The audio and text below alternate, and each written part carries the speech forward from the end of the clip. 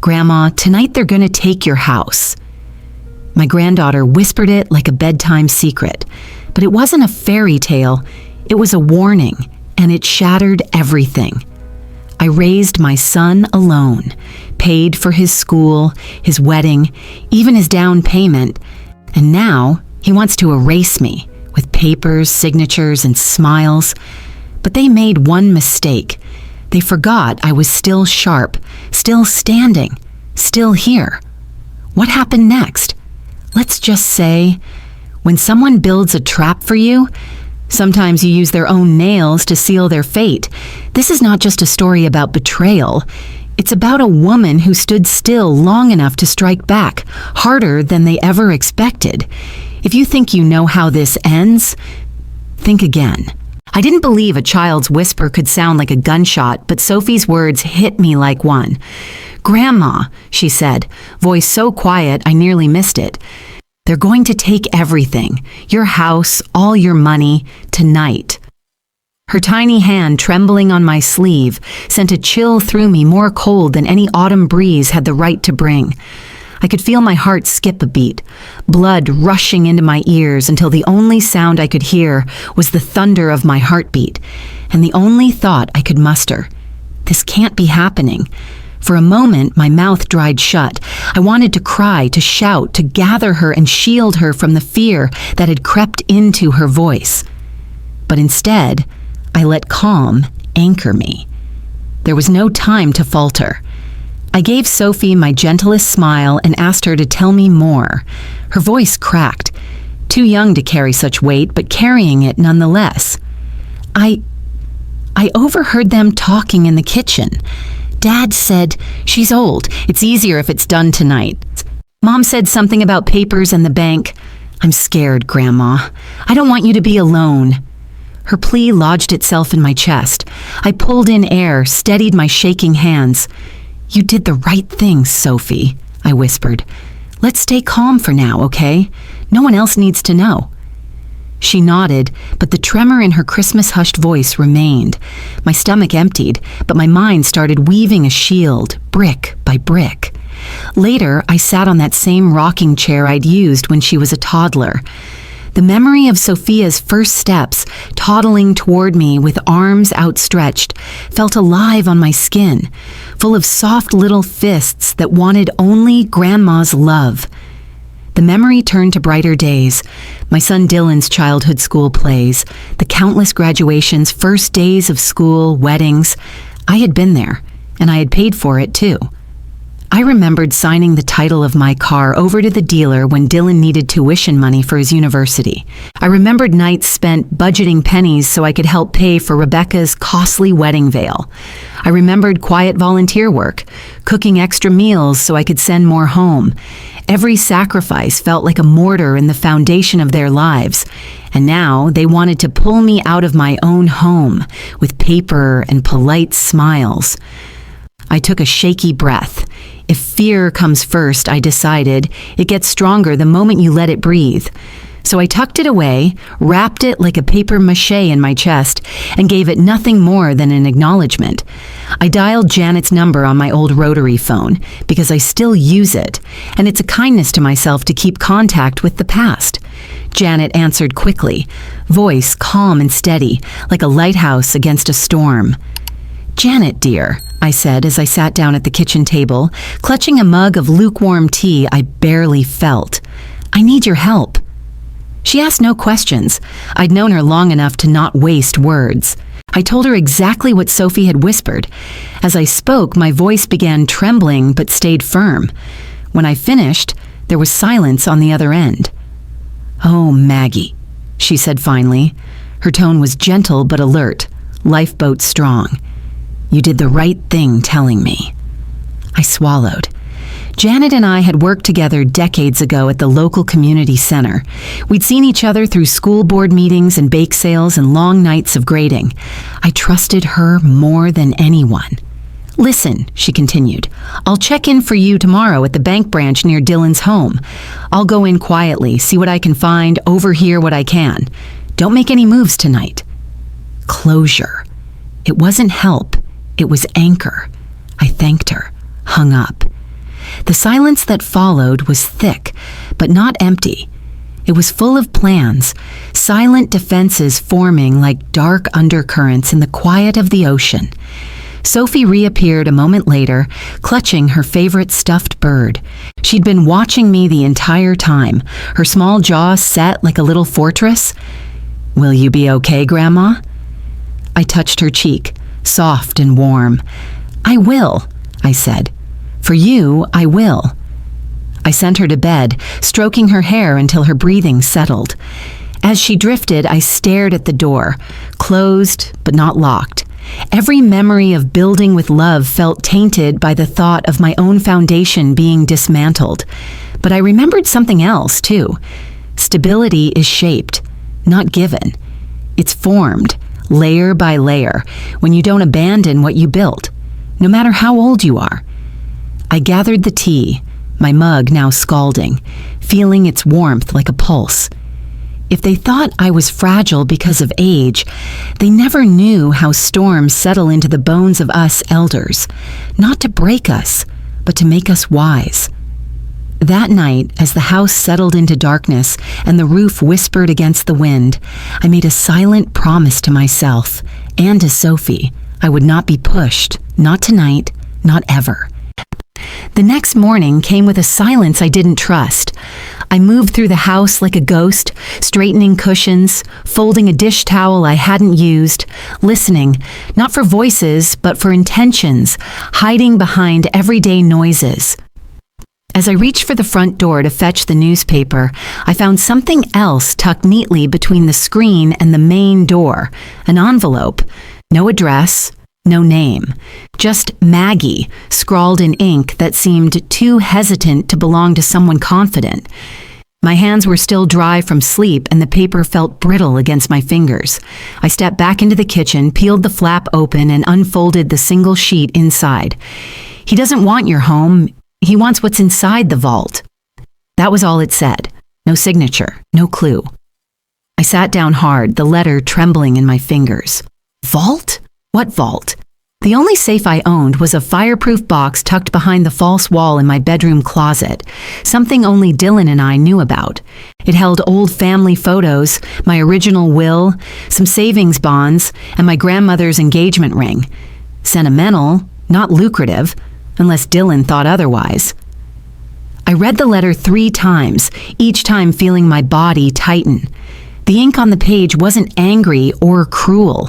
It read like guilt, like someone regretted watching something happen and trying, too late, to stop it. For a moment, I hoped it wasn't Dylan, that someone misunderstood, that perhaps it was all Rebecca, clever and manipulative. But deep down, the ache of truth sat like a stone in my gut. Dylan might not have plotted this alone, but he wasn't innocent. The boy I raised had grown into a man I didn't fully recognize. Emotion spiraled. Shock cracked into suspicion, morphed into worry, then finally settled as a low, burning resolve. I couldn't rely on whispers or anonymous notes. I needed proof. That evening, I told Dylan I'd be staying another night. "Sophie misses me too much," I said. He nodded, distracted. I watched him press a gentle kiss on Rebecca's cheek and felt something hollow where love used to live. I moved around the house like a tired guest, careful to not raise alarms. But when the lights dimmed and their bedroom door clicked shut, I crept toward the stair landing with a voice recorder I had borrowed from Janet earlier that day. I hid in the hallway just outside their room, half shielded by a tall, fake ficus plant. Ugly, but conveniently positioned. The door was open, just a crack, enough for sound to slip through. "She's old," Rebecca's voice, hushed but sharp, filtered out. "She won't fight this, especially not if we make it sound like it's for her own good," Dylan replied, his voice tired. "Just get the paperwork ready. I'll talk to the doctor again. If we can get her declared legally unfit." Rebecca scoffed.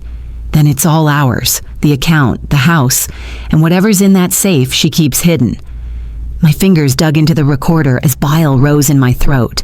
Legally unfit, as if age robbed me of my mind, as if wrinkles were the same as weakness. I didn't cry. There was no room left for that. I waited another 5 minutes, heart pounding, then crept back into the guest room. The recording was saved. My hand shook as I tucked the device beneath my pillow, but when I turned around, I saw a silhouette in the hallway. Sophie. She stood barefoot in the dim light, her stuffed bird clutched against her chest. Her eyes were glassy, confused. "Why are you hiding, Grandma?" she asked softly. I opened my mouth, but no words came. I knelt instead, took her hands. "I'm not hiding, love. I'm listening. Sometimes grown-ups lie, and we have to find the truth by paying attention." She nodded like she understood, but her little brow stayed furrowed. "Will we be okay?" I wanted to lie. I wanted to wrap her up and say everything would be fine, that no one would hurt anyone, that love would win out. But I didn't. Instead, I said, "We will be brave, and we will be smart." She looked at me then. Really looked, and I realized how much she was seeing. Not just her grandmother, but a tired woman, hair grayer than it had been the year before, slumped under too much weight for too long. I smiled, though it hurt. And in that moment, she smiled back, wide, hopeful, with her whole face like only children can. Then she wrapped her little arms around me and whispered, "You don't have to protect me alone." The house was dressed in streamers and pastel balloons, the smell of frosted cupcakes wafting from the kitchen like everything was normal. Birthday banners hung crookedly but cheerfully across the living room arch, and a happy 10th Sophie sign sat atop a table bursting with presents, wrapped in pink and purple. From the outside, it looked like a celebration, but from the moment I stepped through the front door, I felt it, the quiet strain beneath the surface, like a smile stretched too wide or a room too clean. Rebecca greeted me first, arms open as though we'd never shared a tense word in our lives. "Maggie, you look lovely," she beamed, her tone syrupy. "Here, come sit by the window where it's sunny. I saved you a seat." She ushered me to the table like a guest of honor, which I was, at least in appearances. Her movements were graceful, her smile polished. She spooned salad onto my plate with meticulous care, placing the perfect scoop of mashed potatoes beside it as if that might soften whatever came next. Sophie was across the room with her friends, laughing, the sound a genuine thread in this tapestry of carefully composed tension. Her joy was the only part of this party that felt unforced. Dylan approached with his usual nonchalant air, but I saw the tightness in his eyes. "Mom," he said, leaning down to kiss my cheek, "we'll have a moment to chat later, yeah? Something important. Family stuff." I gave a nod, pretending I didn't already know. "Of course," I said, my voice light. We sat, we ate. Conversation drifted like background music. Neighbors commenting on the weather, Rebecca's sister talking about her new yoga class. But beneath the chatter, I could feel it. The moment approaching like a tide pulling back before the crash. After the cake, after the candles and the slightly off-key singing, Dylan cleared his throat. "Mom, can we go into the study for a bit? Just a few minutes. Rebecca and I have something we'd like to show you." I smiled for Sophie's sake, excused myself, and followed. The study was immaculately organized. Papers were stacked on the desk beside a gleaming silver pen, and a manila folder sat dead center like it had been waiting for me. I sat slowly. Rebecca closed the door behind us, then joined Dylan on the other side of the desk. He opened the folder and slid it toward me. "We've been thinking a lot about the future," he began, "and with you getting older, we just want to make sure everything's in place for your peace of mind." The folder held a packet of legal documents, property transfer forms, power of attorney agreements, health directives, everything wrapped in legal jargon and dressed in faux concern. Rebecca chimed in. "This is just precautionary, of course, nothing urgent, but if something happened to you, we'd want to be sure everything is secure." Secure. That word did more damage than a slap. I lifted the pen with slow, deliberate hands and turned it between my fingers. "You've already filled in the signatures," I noted softly. "You left mine blank." Dylan smiled. "We wanted to make it easier for you." It was then that my breath caught. Not from fear, but from restraint. My face remained neutral. My hand set the pen down with grace.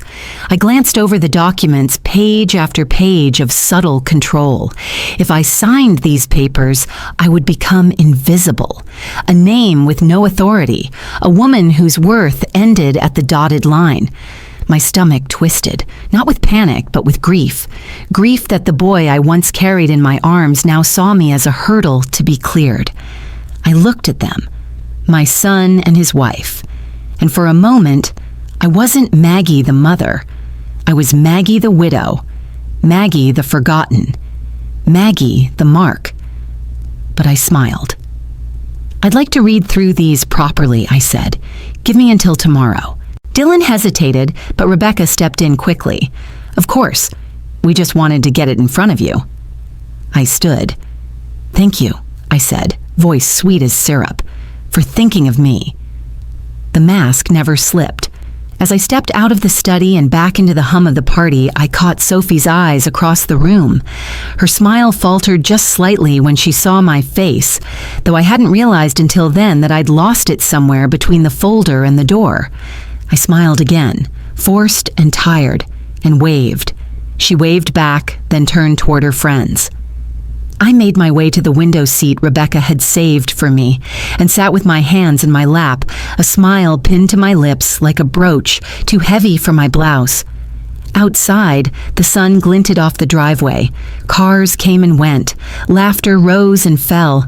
But inside me, a quiet war had begun, between the part of me that wanted to scream and the part that needed to remain silent, calculating. They wanted signatures. I would give them silence. The party continued, louder than before, like noise might fill the spaces where truth was trying to creep in. I sat in my window seat, my tea long cold, watching people mill about the living room. Children darted between legs, parents chuckled over cupcakes, and Dylan moved among the guests with an ease that made me ache.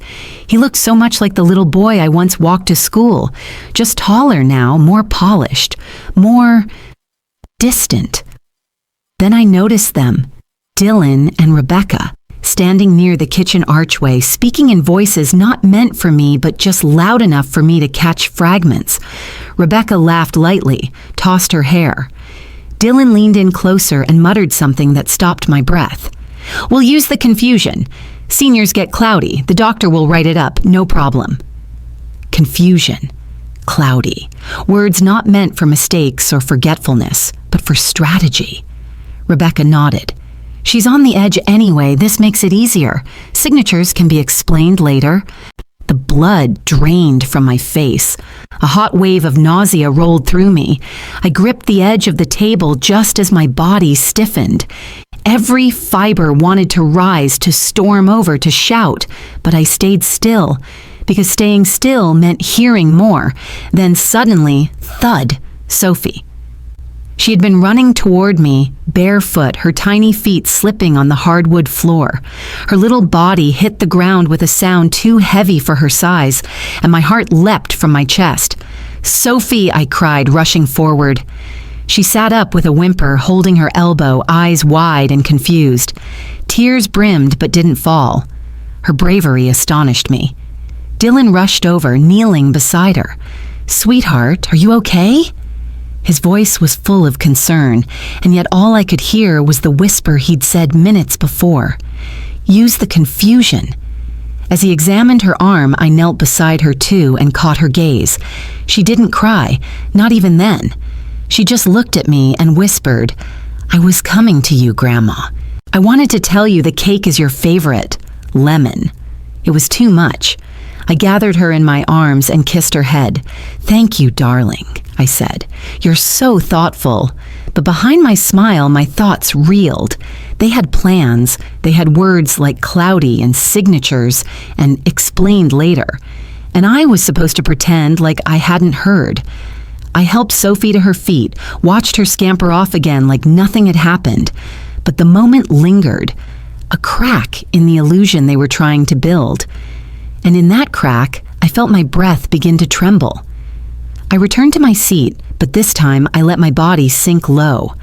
I leaned my head against the back of the chair and closed my eyes. Anyone passing might have assumed I was simply tired, a guest worn out from sugar and smiles, but inside I was building again. A wall, a defense, a plan. I heard someone ask if I was okay. I murmured, "Just a bit dizzy. The room's too warm." And that was all it took. No one pressed further. The old woman excuse slid easily into place, just as they'd hoped it might. As I sat, feigning fatigue, memories bubbled up unbidden. A time when I wasn't yet tired, when the world was bright and full of promises. And in the middle of that memory stood Sophie, barely 4 years old, perched on my lap in the backyard hammock. She had wrapped her tiny arms around my neck and whispered into my ear, "You're the best grandma in the world." No occasion, no prompting, just her voice, her truth. That memory landed with force. From warm sunlight to now, this cold performance of family. My throat tightened. The contrast between that pure moment and what I'd just overheard shattered me in places I didn't know could still break. And yet I didn't cry. I wouldn't give them that. Instead, I sat still and quiet, holding that memory like armor. Dylan came over once more. "You okay, Mom?" I smiled. "Just tired," I repeated. "Long day, too much cake." He chuckled, unaware of the storm that raged behind my eyes, and I realized then that I was no longer afraid of being the victim in their story. They were building a script, but I was already rewriting it. I didn't sleep that night. Even after the party ended, after the balloons drooped and the last guest left with leftover cupcakes wrapped in paper napkins, I remained awake. The house was quiet. Too quiet. Rebecca and Dylan had disappeared into their room with practiced smiles, and Sophie had curled up beside me on the guest bed, her arms slung over my chest like she could protect me from what she didn't fully understand. But I wasn't tired. Not anymore. I stared at the ceiling, every muscle in my body tense with thought. The smile I had worn all day had long since crumbled, replaced by something sharper. I waited until Sophie's breathing evened out, then slowly, carefully, slid from the bed. I kissed her forehead before slipping into the hallway. Once in the kitchen, I pulled out the small notepad I kept tucked inside my purse. It had once been for groceries and reminders. Now it became a journal of war. I sat under the soft hum of the fridge light, flipping to a blank page, and began listing. Expenses, Dylan. College tuition. $27,000 first car down payment. $5,000 wedding gift. $10,000 emergency loan, 2016. $2,500 mortgage cosign, 2018. Guarantee against my retirement. Every dollar, every favor, every sacrifice. Not to hold it over him, but because if they were going to treat me like a liability, I needed a record proving just how much I had carried them. I flipped to a new page, memories.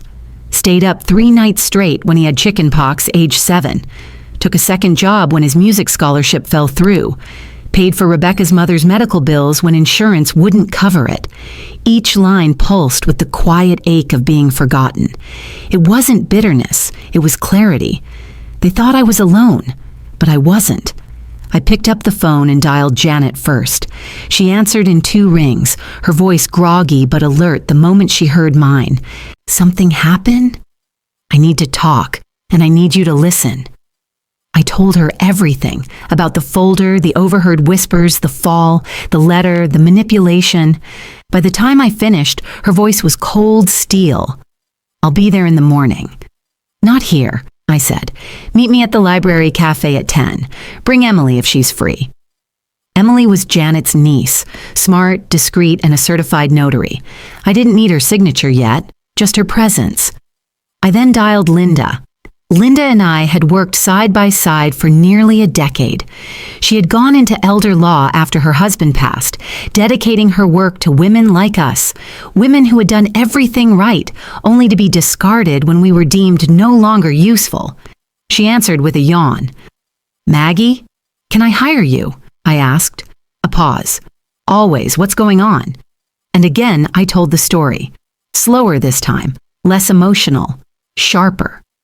Linda's voice dropped. Okay, first things first, don't sign anything, not even a birthday card. I laughed, but it sounded hollow. She went on. Tomorrow I'll bring paperwork. You're going to revoke any prior medical directives, establish a new power of attorney, me, and we'll create a trust to protect everything. I nodded, even though she couldn't see me. Thank you. No need to thank me yet. Just be safe. When the calls ended, I looked around the house. Still dark, still quiet. I walked from room to room with slow, deliberate steps, noting which hallways had outlets nearby, which lamps flickered too easily, which corners could hide a voice recorder. I'd learned in my earlier years volunteering with the community center how important space was, where people stood, what they could see, what they assumed was private. I mapped the entire downstairs in my mind. If I sat here, would their voices bounce off the hardwood or die in the curtains? If I placed a small recording device behind the couch cushion, would the television drown it out? I sketched rough diagrams on my pad, noting potential recording spots, pathways with clean sound, backup light angles in case they cut power, or worse, cut me off from communication. It wasn't paranoia, it was strategy, because they had a plan, now I had mine. Before going back to bed, I slipped into the guest room closet and pulled down the lockbox. Inside were documents, my will, the deed to my home, Sophie's birth certificate copy, photos from Dylan's childhood, all categorized. But what mattered now was the USB stick tucked beneath the felt lining. It held copies of all my legal documents, scanned records, and one old voicemail from Dylan, left in 2019, thanking me for saving his neck again. I added the voice recorder to the box, set everything back in place, and tucked the key into a necklace I wore under my blouse. Returning to bed, I slid beside Sophie. She murmured in her sleep and turned toward me, one hand curling around mine. There, in that silence, I heard the echoes, not of their betrayal, but of everything I had done that made me strong. They were loud, and I would not let them go unheard. The morning came with a thin gray sky, the kind that threatened rain but held off just enough to make you wait. I moved slowly, deliberately, every part of me rehearsing calm. Janet and Emily met me at the library cafe as planned. Janet brought me tea. Black, no sugar, just how I liked it. Emily sat across from me, young but composed, her notary seal tucked into her leather briefcase. I told them everything. Not just about the documents, but about the voices behind doors, the whispers I was never meant to hear, and the letter someone left on my doorstep. Emily's jaw tightened with each word, but she stayed silent until I finished. Then she nodded. Let's make sure your voice can't be erased. We spent the morning setting up protections, a checklist of documents to revise, a list of names I would remove from my estate, a plan for every contingency. Emily offered to notarize my statements personally. By the time I left the cafe, I felt a strange calm, like I had finally chosen my lane on a winding road. But that calm didn't last. That afternoon, while Sophie napped upstairs and Rebecca ran errands, I opened my email to retrieve an old tax document. And there it was, a message with no subject line, from a blank address. The body contained just one sentence. If you want Sophie to stay safe, stop the legal process. I stared at it, breath locked tight in my throat. No name, no signature, just a warning. My fingers trembled as I read it again and again, hoping some clue would appear between the lines, but there was nothing. The threat wasn't loud, it wasn't violent, but it was chilling in its calm precision. For a moment, I froze. The room dimmed. Or maybe that was just my mind shutting out everything except the screen in front of me. Sophie. Was it a bluff? A A scare tactic, a cruel joke? Or was someone watching, waiting, willing to use her, my bright, sweet girl, as leverage? The fear surged first, primal and suffocating. I closed the laptop with shaking hands, pressing both palms against the cool surface as if that could protect her somehow. Then came the heat, anger, not the kind that burned out quickly, but the kind that built like lava under pressure. How dare they? How dare anyone threaten a child to force my hand? I thought of Sophie's drawings on the fridge, her little voice reading bedtime stories aloud, her arms around me when I was pretending to be tired, when in truth I was broken, and they thought I would stop? No, they didn't understand. I wasn't doing this for money or revenge or pride. I was doing this because I'd been quiet too long, and because Sophie deserved to grow up in a world where silence was not the same as surrender. I stood up, walked into the guest room, and pulled out the new will that Linda had drafted for me.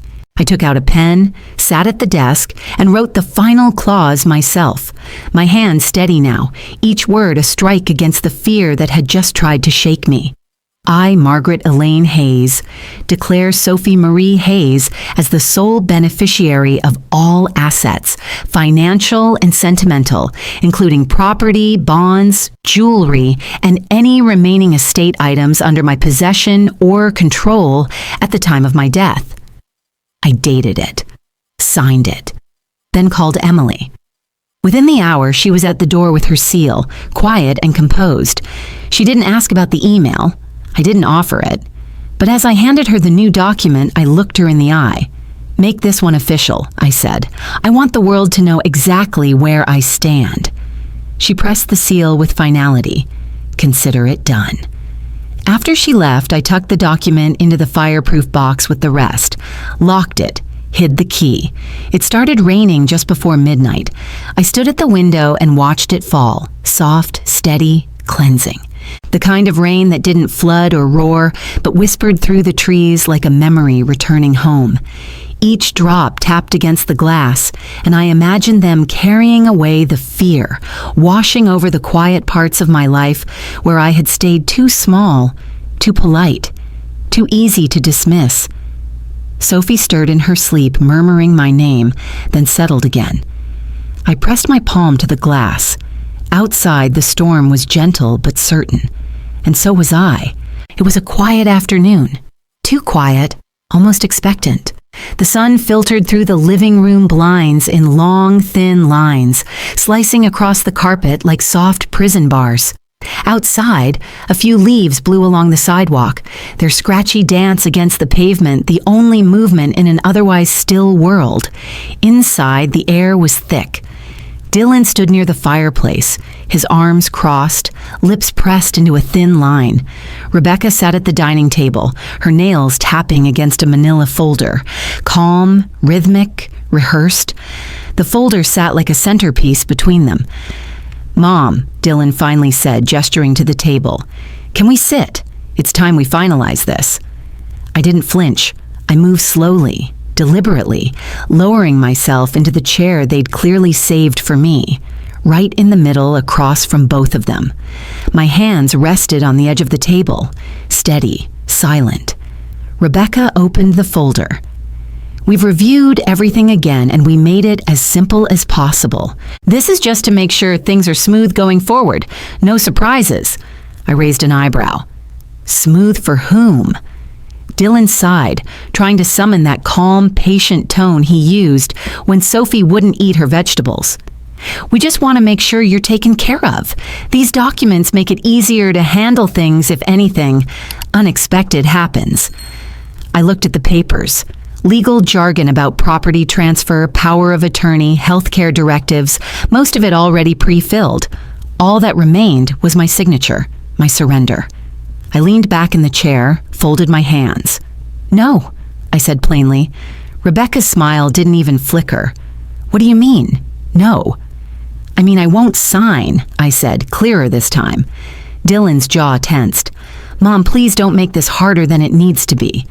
"Oh, I'm not making anything hard," I replied. "I'm just making it real." Before either of them could respond, I reached into my bag and pulled out my phone. I'd like a few witnesses before we continue. Within seconds, the front door opened. Janet entered first, calm and cool, her purse over one shoulder. Linda followed, briefcase in hand, her sharp heels clicking across the wood like punctuation. Emily came last, notepad in hand, the official seal visible as she took her place beside the table. Rebecca stood up. "What is this? Why are they—" I raised my hand gently, silencing her with the ease of someone who'd been underestimated too many times. "Just a few friends, observers, if you will." Dylan frowned. "You called your lawyer?" "No," Linda said coolly, stepping forward. "She called her advocate. I'm here on her behalf. Any documents involving her assets or guardianship must now go through me." Rebecca's eyes darted to the folder. This isn't how we agreed to." "We?" I said, voice even. "Did we agree to something, Rebecca?" She faltered just a moment, but long enough. Emily stepped forward. "Any document requiring a signature today will require notarized verification of full consent. Mrs. Hayes has already completed a revocation of prior agreements. These are no longer valid." She placed a certified statement on the table. Janet, ever the quiet force in the room, sat down beside me and patted my hand. Sophie peeked from the hallway, watching with wide eyes. I gave her a small nod. She stepped fully into view, walking to my side and standing behind my chair like a silent guardian. The air shifted.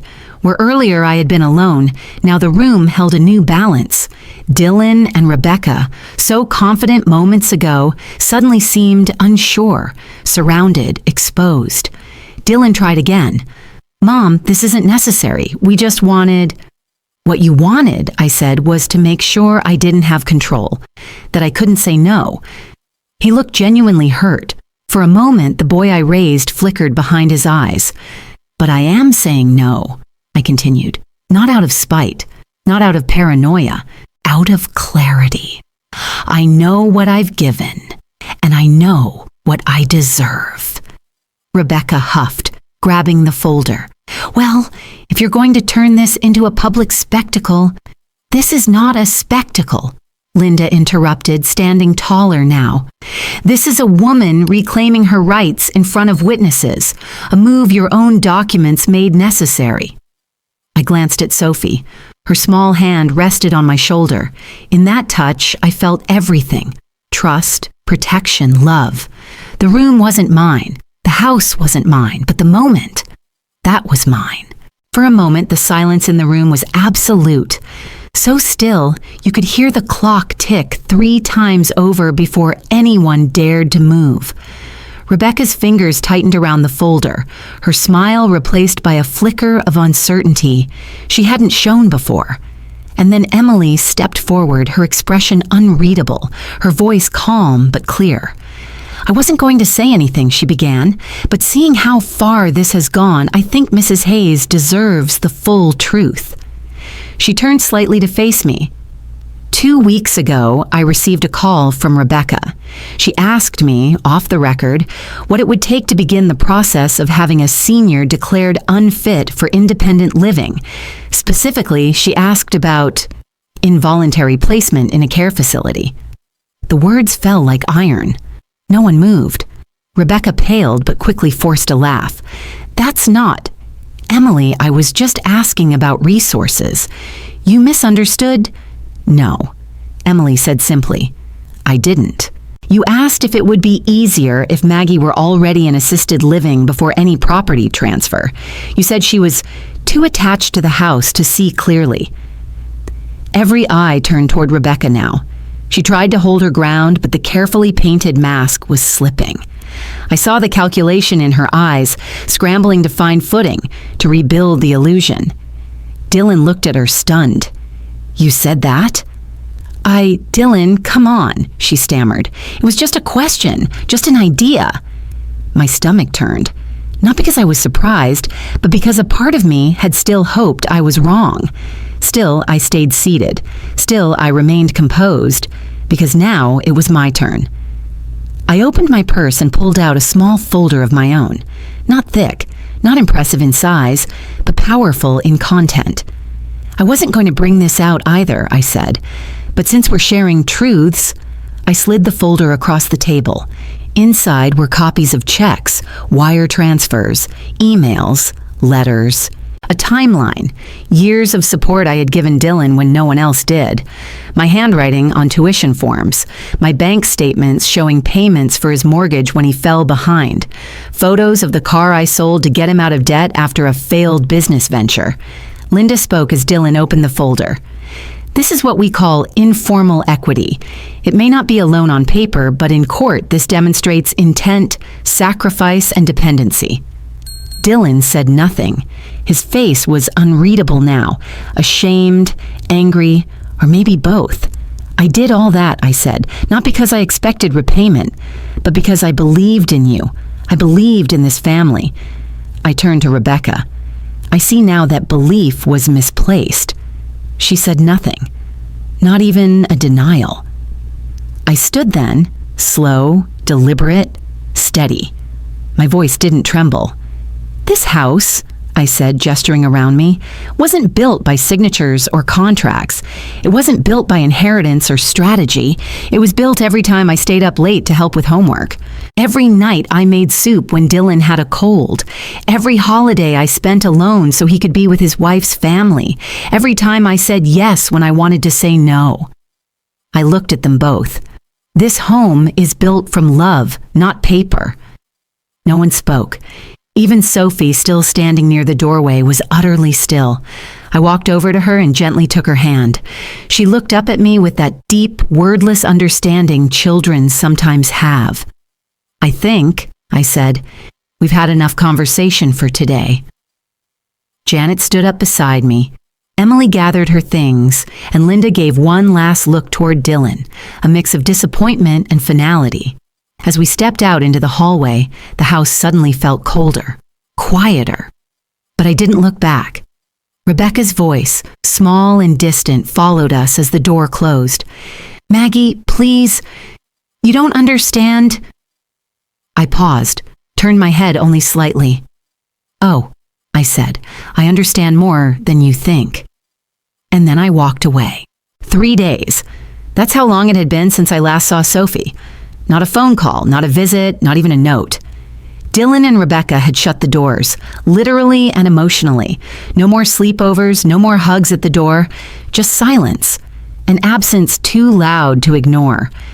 I hadn't expected things to escalate so quickly after our last conversation.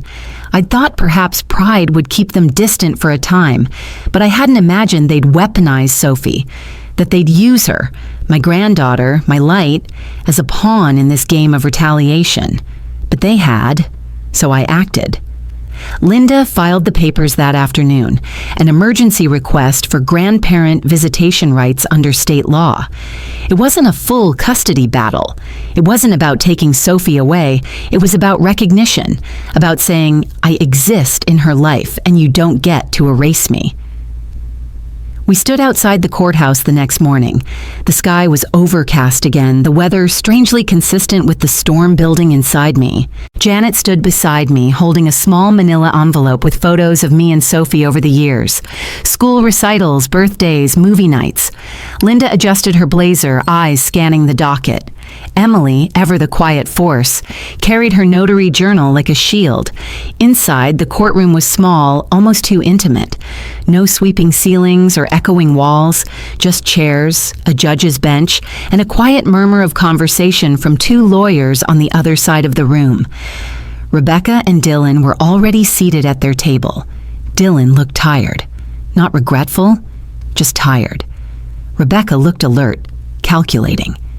We took our seats.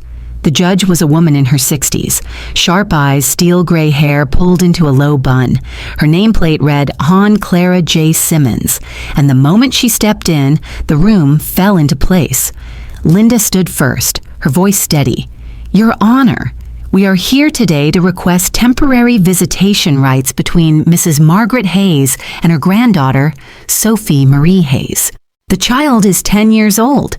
Until recently, she and her grandmother maintained a weekly relationship, visits, overnight stays, holidays.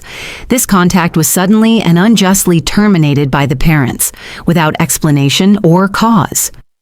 She gestured toward me, then to Janet and Emily seated behind. We have testimony and evidence that the bond between Mrs. Hayes and Sophie is both long-standing and emotionally significant to the child's well-being. Dylan's lawyer, a young man with slicked-back hair and expensive shoes, stood with the confidence of someone who thought he was already winning. "Your Honor," he said, "we don't dispute that Mrs. Hayes and Sophie were once close. However, my clients have concerns about Mrs. Hayes' recent behavior. Unannounced visits, confrontational tones, legal threats. They feel it's no longer a healthy environment for their daughter." I almost laughed. The hypocrisy was thick enough to choke on, but I stayed quiet. "Let Linda work." She nodded, unfazed. "Your Honor, those accusations are conveniently timed, following Mrs. Hayes' refusal to relinquish her home and assets. We submit that these legal concerns are retaliatory. We have a pattern of consistent involvement. Mrs. Hayes has been a primary support in Sophie's life for 10 years. We have character witnesses present to confirm this." Judge Simmons raised a brow. "Proceed." Janet took the stand first. She spoke plainly, with warmth and conviction. She talked about sleepovers, how Sophie called me when she lost her first tooth, how I'd read bedtime stories over the phone when she was sick. She described our Saturday pancake ritual, how Sophie once cried when she couldn't see me for a weekend. Emily went next. She verified timelines, dates, interactions. But more than that, she told the truth, how this wasn't about bitterness. It was about love. "She's not a substitute parent," Emily said. "She's a presence, a protector. Sophie doesn't just love her. She trusts her. That matters." Linda submitted the photos. Me and Sophie at the beach, me holding her up to decorate the Christmas tree, her hand in mine as we walked through the garden last spring. When Linda finished, the judge turned to Dylan. "Mr. Hayes, do you deny that your mother has been a consistent presence in your daughter's life?" Dylan shifted, cleared his throat. "No, Your Honor, but things have changed." "How so?" He hesitated. Rebecca jumped in. "We believe Sophie needs stability, and we're not sure Maggie can provide that right now." The judge didn't blink. "Do you have evidence suggesting she's a danger to the child?" Silence. "Any reports? Incidents?" More silence. "Then here is my decision," Judge Simmons said, folding her hands. "This court recognizes the significance of the bond between Mrs. Hayes and her granddaughter. I see no credible evidence that continued contact would be detrimental. On the contrary, I believe its absence may be harmful." She turned toward me. "Effective immediately, you are granted supervised visitation, twice a week for 2 hours. After 30 days, if no issues arise, full unsupervised visits may resume." My breath caught. Not relief, release. She looked back at Dylan and Rebecca. "If this court finds that visitation is obstructed, further action will be taken." The gavel came down, one sharp crack. It sounded like justice. We were packing up our things, folders, witness notes, the photo prints of Sophie, when Linda paused, her hand hovering over her briefcase. "Judge Simmons said visitation is approved," she murmured, almost to herself. "But I want to make sure we close the door on any more manipulation." Emily looked up from her bag. "Are you thinking what I'm thinking?" Linda nodded. Then she turned to me. "Maggie, do you still have the recording?" My throat dried.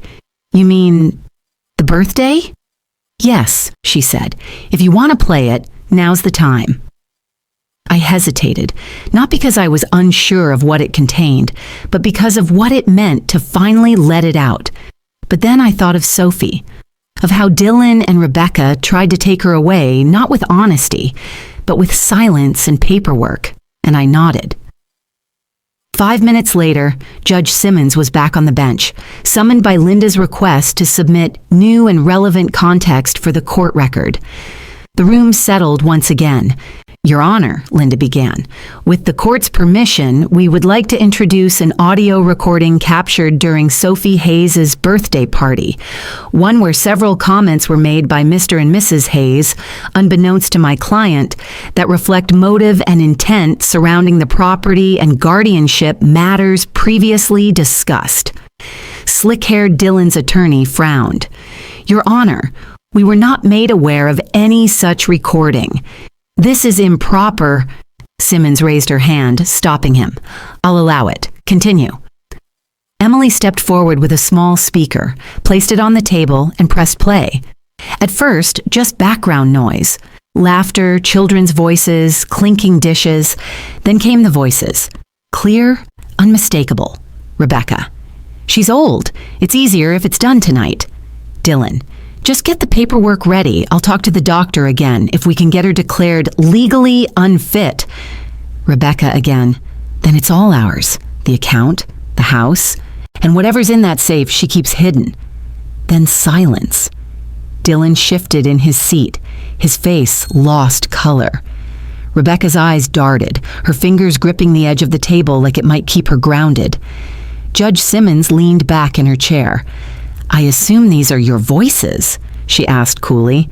Dylan swallowed. Yes, Your Honor, but no further explanation required, Simmons cut in. This recording speaks volumes, more than any affidavit ever could. The judge looked directly at Dylan now, her voice steely. I gave you the benefit of the doubt, but it's clear from this that your actions toward your mother have been guided not by concern, but by convenience and control. Then she turned toward me. Mrs. Hayes, do you still wish to proceed with supervised visitation only? I stood slowly, voice steady. No, Your Honor.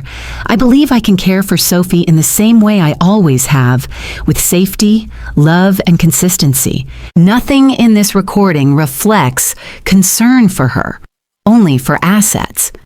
Judge Simmons nodded once. Then I am amending my ruling. She raised the paper in front of her. Effective immediately, full unsupervised visitation between Margaret Hayes and her granddaughter Sophie Hayes is granted, with no restriction in frequency, schedule, or location. Gasps rippled through the small courtroom. Linda smiled, tight-lipped, victorious. Emily gave a small, quiet cheer under her breath. And me? I exhaled for what felt like the first time in months. Across the room, Dylan wouldn't meet my eyes. Rebecca stood and walked out, her heels clicking like accusations on the polished tile floor. I didn't follow her. I turned to the door that led to the hallway instead. And there she was, Sophie, standing just outside with Janet, her hands pressed to the glass. She ran in before I could say her name, barreled into me with such force I nearly toppled. I wrapped my arms around her, breath caught between a sob and a laugh. I missed you, she cried. I missed you too, sweetheart. Her small fingers curled into the fabric of my coat, her body shaking against mine. It didn't matter that we were still in a courthouse, that people were watching, that the law had been twisted and straightened again, because all I saw was her, and all she saw was me. She pulled back just enough to whisper, I knew you'd come back. Tears slipped down my cheeks. I pressed my forehead to hers, breathing her in, holding her close. She found me, not just in the courtroom, not just in the war, but in the silence, in the waiting, in the pain. She found me when I'd been so close to giving up, when I was more ghost than grandmother. She found me. She found me when I was lost. The air felt different now. Not because the weather had changed. It hadn't. The summer breeze still passed gently through the window panes of my home, but something deeper had shifted. It was peace. Not the absence of battle, but the quiet afterward, when you know the worst has passed and the dust finally settles on ground you still own. That morning, I signed the final document. Linda sat across from me at the kitchen table, her glasses perched on the tip of her nose, reviewing every page one last time. Emily stood nearby, notary seal in hand, ready to mark this moment with official permanence. "I think that's it," Linda said softly. "With this trust in place, the house, the savings, even the contents of your safe, they're all legally locked down under your terms. No one touches them unless you say so." I nodded. My fingers lingered on the final signature line. It wasn't just a legal document. It was my shield. My answer to every whisper, every forged smile, every manipulative game. And this time, the rules were mine. I signed with a steady hand, each letter a quiet affirmation. I am not invisible.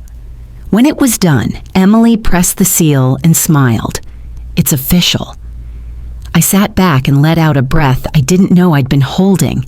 There would be no more tricks, no more signatures placed in front of me under the illusion of care, no more waiting to be erased from my own life. I was done with that. As Linda packed up the papers, Emily stepped outside to call the county office, and I walked to the living room window. Sophie was outside in the garden, placing rocks in a circle near the base of the old oak tree. She said it was her magic ring, for good luck and protection. And today, I believed her. The front door opened behind me, footsteps measured and careful. I turned. Rebecca. She wasn't dressed for war this time. No heels, no blazer. Just a sweater and jeans, her hair pulled back, eyes shadowed with something between resolve and regret. "Maggie," she said, "can we talk?" Linda stood immediately, her instinct rising. "It's fine," I said quietly. "Give us the room." She hesitated, then nodded and followed Emily out the back. Rebecca waited until the door closed, then stepped farther into the room. "I'm not here to argue," she began. "I'm not even here to ask you to undo anything. I know it's over." I didn't respond. I watched her like one might a stranger on their porch, not with fear, but with caution. She sighed. "I wanted you to know I didn't do it out of greed, not completely." A bitter laugh rose in my throat, but I held it back. She continued. "We were drowning. Dylan's work dried up during the recession. Creditors were circling, and you were just so stable. Always stable." I tilted my head. "So you thought I'd be easier to knock over than the banks?" She flinched, but didn't deny it. "I made a mistake," she said, "and I'm not asking for forgiveness. I just needed to say it. To your face." I studied her. Gone was the woman who buttered my bread with false kindness at birthday parties. In her place was someone stripped of the upper hand, and maybe, just maybe, beginning to understand the damage she'd done. "You hurt him," I said softly. "You helped him hurt me, and that'll never be undone, but I thank you for the honesty." She nodded, eyes downcast. "I'll leave you be." She turned and walked out. No drama, no tears, just departure. And that was enough. Once she was gone, I walked to the safe hidden in my closet wall. I opened it, placed the trust documents inside, then added a small photo of Sophie from last Christmas, her missing front tooth grin, her tiny hands holding a mug of hot cocoa too big for her. I closed the safe, turned the key. The echo of the lock sounded like closure. Then I walked to the garden. Sophie looked up and beamed. "Grandma, come see my circle. It's working. The sun came out." I knelt beside her, brushing a strand of hair from her face. "Looks like your magic really is strong." She nodded proudly. "It's because I made it with love. That's the best kind." She was right. And in that moment, kneeling in the soil, sunlight on our shoulders, I realized this wasn't just the end of a battle. It was the beginning of something new, a life protected not by fear, but by clarity and love. The next few weeks passed with the kind of quiet I hadn't known in years. No legal notices, no unexpected knocks at the door, no hushed conversations about signatures or courtrooms or threats disguised as concern, just routine and peace. Each morning, Sophie would come by after school, dropping her backpack in the foyer and running straight to the kitchen, where I always had something warm waiting. Sometimes it was tea and toast, sometimes just a bowl of strawberries. She didn't care what it was so long as we sat together, her legs swinging off the chair, mine tucked beneath me the way I used to do when I was her age. One afternoon, she came in unusually quiet. No backpack thrown, no chatter. Just a shy smile and something clutched in her hands. A surprise, she said, eyes gleaming with a secret too big to hide. She placed a square of paper in front of me, folded at the edges, painted with tiny, precise strokes. It was a heron, tall, elegant, standing in shallow water, its wings stretched wide as if it had just landed or was about to take flight. The brushstrokes were simple but intentional, and across the top, in Sophie's best cursive, were the words, "To Grandma, you protect me like this bird. You make me feel free." For a long moment, I couldn't speak. The house was so still you could hear the old pipes shift behind the walls, but I didn't notice them. I noticed the weight in my chest, the swelling warmth, the tear rising uninvited at the corner of my eye. Sophie looked nervous. "Do you like it?" I reached out and took her hand. "I love it," I whispered, "more than anything." She beamed, relieved. "I wanted you to have it. You can hang it in your room or the kitchen or—" I smiled. "It's going in the safest place I have." That night, after Sophie had gone, I placed the painting in the safe with the trust documents. It didn't belong in a frame, not yet. It belonged with what I treasured most, because it wasn't just a picture. It was a symbol of flight, of protection, of freedom. The next morning, I woke before the sun, not because I had to, but because I wanted to. I wrapped myself in a shawl, made a cup of tea, and stepped outside. The house was still. The neighborhood hushed in that delicate moment before the world fully wakes. I stood on the porch, looking out across the lawn, the trees swaying gently in the breeze, the morning light spilling across the fence line. And I thought of everything that had brought me here. The whispers, the betrayals, the courtroom, the healing, the child who reminded me that my worth didn't shrink with age. It grew, layer upon layer, like rings in a tree, weathering storms but still standing. I closed my eyes, and I prayed, not in the way I did when I was young, bargaining, begging, but simply offering. Let her be safe. Let her always know who she is. Let her never forget where she comes from or how fiercely she's loved. I opened my eyes, and in that moment, a single white heron flew overhead, wings wide, slow and graceful, gliding toward the sun. I watched it until it disappeared behind the trees. Back inside, I moved slowly through each room of the house, touching the corners, the windowsills, the furniture I had dusted and repaired and lived beside for decades. I didn't see things. I saw memories. The house wasn't just protected, it was alive. And so was I. By the time Sophie came over that afternoon, the kettle was already boiling. She ran into the kitchen and flung her arms around me. "I saw a white bird this morning. It flew right past my window at school." I chuckled. "A heron, maybe?" she gasped. "Just like my painting." "Exactly like your painting." We sat at the table and drank tea from mismatched mugs. She told me about a science project, a spelling test, how she beat 2 boys in 4 square during recess. And I listened, every word like gold. Eventually she asked, "Are you still mad at Daddy and Rebecca?" I paused, thought, then answered truthfully, "I'm not mad anymore, but I'm not forgetting either." She nodded, like she understood more than I expected her to. "I'm glad you didn't leave," she whispered. "Some kids' grandmas go away. But you stayed." I smiled. "I'll always stay. Even when I'm not here, I'll still be with you." She looked puzzled. "Like a ghost?" I laughed. "No, like a heron." She smiled, and that was all that needed saying. That evening, when the house grew quiet again, I sat by the window with the last of the tea.